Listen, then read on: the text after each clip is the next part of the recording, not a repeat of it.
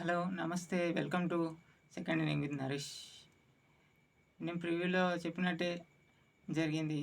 10th match 9 వరుస విజయాలకి break పడుతుందా అన్న పడింది. ఇట్లా చేసింగ్ టీమే గెలుస్తుందని చెప్పుకున్నాము. చేసింగ్ టీమే గెలిచింది, చాలా ఈజీగా గెలిచింది. ఆర్సీబీ బ్యాటింగ్ ఎంతున్నా బౌలింగ్ డిపార్ట్మెంట్ చెప్పుకున్నట్టే అసలు టీం సెట్ చేసుకోలేదు సరిగ్గా. డిపార్ట్మెంట్ ఫుల్గా ఫెయిల్. బ్యాటింగ్ కూడా ఒక్కడే ఆడాలి. ఒక్కడు కార్తిక్. మిగిలిన players du Plessis, Maxwell, Cameron green అయితే ఎందుకు తీసుకున్నారో అసలు అర్థమవుతలేదు. ముంబై అక్కడ వదిలేసారు, వీళ్ళు తీసుకున్నారు. అక్కడ యాష్ దయాల్ తెలుసు కదా మనకి, రింకు సింగ్ 5 6 కూడా గెలిపించారు. ఆ బౌలర్ని తీసుకుంటే అటర్ ఫ్లాప్. ఇక్కడ బౌలింగ్ డిపార్ట్మెంట్ ఒక మంచి స్పిన్నర్ను కూడా తీసుకోలేదు. అంతమంది అన్ని టీంలో బెంచ్లలో మంచి ప్లేయర్స్ ఉన్నారు. అసలు ఆర్సీబీ టీం సెలెక్షన్ ఏంటో ఏమో అసలు అర్థం కాలే.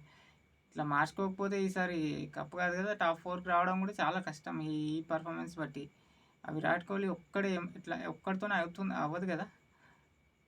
బ్యాటింగ్ వస్తే ఓపెనింగ్ ఫస్ట్ 6 ఓవర్స్కి టాస్ గెలిస్తే ఫీల్డింగ్ తీసుకుంటారు అని చెప్పి తీసుకుంటారు. చేసింగ్ గెలుస్తుంది అని తెలుసు, టాస్తోనే డిసైడ్ అయిపోయింది మ్యాచ్. అయితే చేసింగ్ గెలుస్తుంది. అది కేకేఆర్ లాంటి టీం, బ్యాటింగ్ లైనప్ టీం పైన ఆ స్కోర్ సరిపోతుందా? 220 230 రన్స్ అయితే సరిపోతుంది. అట్లనే విరాట్ కోహ్లీ మంచి స్టార్ట్ ఇచ్చాడు, కానీ పక్క నుంచి వికెట్స్ పోయి ఫస్ట్ 6 ఓవర్స్లో 62 for 1 62.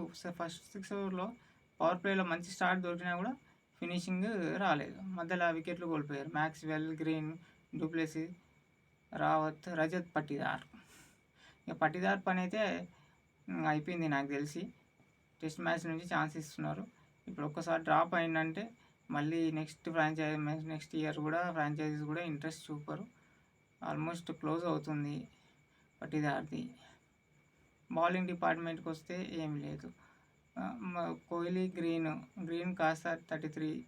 తర్వాత వికెట్లు పోతుంటే కోహ్లీ గేమ్ కూడా చాలా స్లో అయిపోయింది మధ్యలో. పవర్ ప్లే తర్వాత 59 balls 83. లాస్ట్లో కార్తిక్ వచ్చి 3 6లు కొడితే మాత్రం స్కోర్ 182 వచ్చింది. ఆ కోహ్లీ ఆడకుంటే అది కూడా అవి కాదేమో ఈరోజు. మరీ పూర్ పర్ఫార్మెన్స్. హోమ్ గ్రౌండ్కి బ్రేక్ పడుతుంది అనుకున్నాం, పడింది. నెక్స్ట్ కేకేఆర్ బ్యాటింగ్ అయితే సునీల్ నారాయణ్, ఫిలిప్ సాల్ట్. వాళ్ళు 6 ఓవర్స్ 85 87. 10 ఓవర్స్కి 100 దాటిపోయింది. 12 ఓవర్స్కి 16.5లో మ్యాచ్ ఫినిష్ చేశారు. సునీల్ నారాయణ్ పిచ్ హిట్టర్గా వచ్చి మళ్ళీ సక్సెస్. 20 balls 47 runs. దాంతోపాటు సునీల్ నారాయణ్ అవుట్ అవుతే వెంకటేష్ అయ్యర్ 4 భారీ సిక్సర్లు, 30 balls 29 balls 50 కొట్టి మ్యాచ్ని అయితే చాలా ఈజీగా అయ్యర్ ఫినిష్ చేసేసారు. శ్రేయస్ అయ్యర్, రింకు సింగ్. వాళ్ళకి ఈ స్కోర్ ఇంకా 50 రన్లున్నా సరిపోదు ఆ బ్యాటింగ్ లైనప్కి. కాకపోతే ఆర్సీబీ మార్చుకోవాలి టీం సెలెక్షన్. అసలు ఫ్రాంచైజీ అసలు ఏం విరాట్ కోహ్లీ ఒక్కడే. ఫ్యాన్ బేస్ కూడా చాలా ఉంది ఆర్సీబీకి. అట్లాంటి ఫ్యాన్స్ ఉన్న ఆర్సీబీ టీం అసలు ఈసారి కూడా 16 సంవత్సరాల నుంచి బౌలింగ్ డిపార్ట్మెంట్ని అస్సలు ఇది చేస్తలేరు. ఉన్న చాహల్ని మ్యాచ్ విన్నర్ అనే వికెట్ తీసే చాహల్ని వదులుకున్నారు, ఆసరంగానే వదిలేసినారు. మళ్ళీ వాళ్ళ ప్లేస్లో ఎవరు లేరు, తీసుకోలేదు స్పిన్నర్ని. గ్రీన్ని పట్టుకొచ్చారు ఈసారి అంతే. బౌలింగ్లో సిరాజ్ ఒకడే. ఈరోజు విజయ్ కుమార్ వైస్ కానీ local bowler, Bengaluru Karnataka player. ఒక ప్లేయర్ 4 overs 23 మంచిగా వేసాడు బౌలింగ్, ఇండియన్ ప్లేయర్. మళ్ళీ స్టార్క్ చూడు 24 కోట్ల ప్లేయర్, మళ్ళీ 4 overs 47, ఒక వికెట్ కూడా లేదు. స్టార్క్ అన్ని కోట్లు పెడుతున్నారు. మరి వాళ్ళంటే పెట్టుకున్న ఆర్సీబీలో కూడా మంచి బౌలింగ్ డిపార్ట్మెంట్ చేంజ్ చేసుకోకపోతే ఈసారి కష్టమే మ్యాచ్.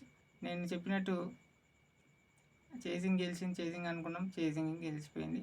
9 వరుస విజయాలు బ్రేక్ పడిపోయింది. నెక్స్ట్ రేపు లక్నో వర్సెస్ పంజాబ్. రేపు కూడా చూద్దాం. Lucknow home team advantage. ఇంకా ఇదైతే బ్రేక్ పడిపోయింది. రేపు టాస్ తర్వాత రేపు మార్నింగ్ ప్రివ్యూ చెప్పుకుందాం. రేపు ఆ ప్రివ్యూతో మార్నింగ్ వీడియోలో కలుద్దాం. ప్లీజ్ సబ్స్క్రైబ్ చేసుకోండి. మంచి అనాలిసిస్ చేసి మంచి ఈ రివ్యూస్ ఇస్తాను. ఇంకా సపోర్ట్ చేస్తుంటే మంచి మైక్, కెమెరా కొనుక్కొని ఇంకా బాగా చేయడానికి ట్రై చేస్తాను. ప్లీజ్ లైక్ చేయండి, సబ్స్క్రైబ్ చేసుకోండి, సపోర్ట్ చేయండి. Thank you.